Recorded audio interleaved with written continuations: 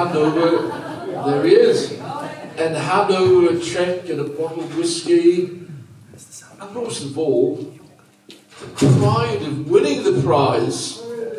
So, John, all yours.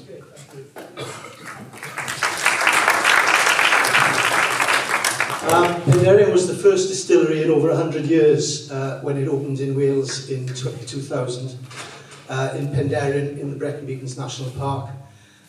We now have 3 distilleries in Penderyn, Llandudno, Swansea, and export to over 50 countries and are in all the supermarkets in the UK. We are now 5 different company distilleries in Wales, and Penderyn were instrumental in bringing the geographical indicator for Welsh single malt last year. So this is St Patrick's Day, and of course, as every Welsh person knows, St Patrick was born in Banwen, which is 12 miles from Penderyn. He was taken as a slave to, by the Romans to Ireland, and St Patrick introduced whisky to the Scots. So the Welsh introduced St Patrick to Ireland and whisky to the Scots. So slant on the Matthew Rees did that on the Penderyn Distillery Facebook page. It's worth a look. So this is the 10th Penderyn Prize, and I can remember Mark Lewison for his first Beatles book standing here.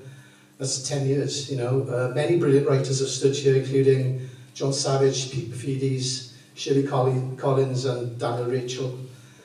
And the winner of the 2024 Penderyn Prize, who gets £1,000 and a bottle of Penderyn cognac and red finished whiskey, is and was reviewed by Richard Osman as a brilliant celebratory gossipy history of 90s pop.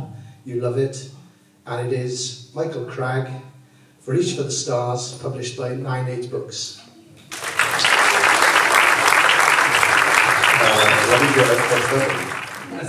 Hello, Paul. I'm really happy to win this, and quite surprised, actually. It's the first book I've done. Might be the last. It's quite a lot. I had to interview over 100 people for it, because it's an oral history from this period. And I sort of promised 9-8 that I would get all these people, and then sort of was like, what if I can't get any of these people? And the book would be very slim. But it did happen. I'm very honoured to sort of tell the story of these pop stars who were in this very odd period of time in the 90s and the noughties when they didn't really get to speak or share anything more than what their favourite colour was in Smash Hits magazine. So I wanted to tell their story and let them tell that story. I want to thank Pete at 9-8 for...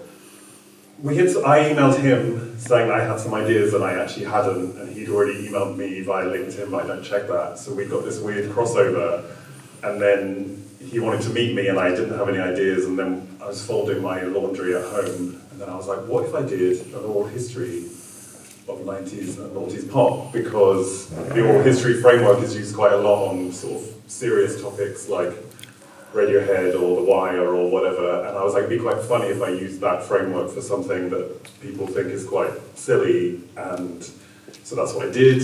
And then I'd like to thank my agent, Matthew, for dealing with all my emails and for sort of being very patient with me. I'd love to thank my husband, Ben. We actually got married on Wednesday, so this is like our first honeymoon. We are going to also go to Paris, but I was like, this is perfect, we could just come to Wales.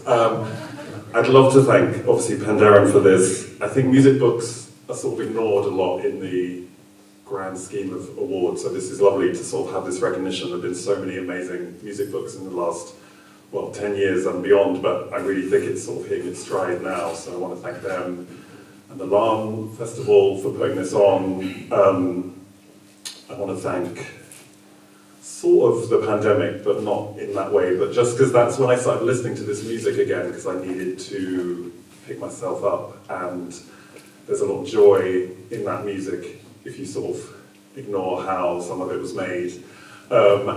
But I just think, I wanted to celebrate that music and what that sort of brought to a lot of people, and I wanted to also reveal the sort of darker side of some of that, which is in there, but I hope there's a lot of joy in there. I think a lot of the pop stars from this period have now sort of come to terms with everything that happened and are still, often still together. The nostalgia circuit is real, obviously. That's why I wrote this book and it did quite well. I'd like to thank Richard Osman for really loving the book, and we didn't send it to him and he just sort of kept tweeting about it, so I really want to thank Richard Osman, fellow tall person. I've never stood next to him, but I feel like we probably are the same height. Who else would I like to thank? I don't know, it's just very overwhelming. Obviously I'd like to thank the Spice Girls, Steps, SL7, Girls Aloud, Sugar Babes. I was wondering earlier if who would Dylan Thomas like from that area? I just can't. Take that. Take that, yeah. They were a little bit before that, but he would have loved Prey, I think. So yeah, I'm not going to keep talking because I don't really know where this is going, but this is really amazing and I'm very, very honoured to win this and be in this sort of company. So thank you so much. Thank you.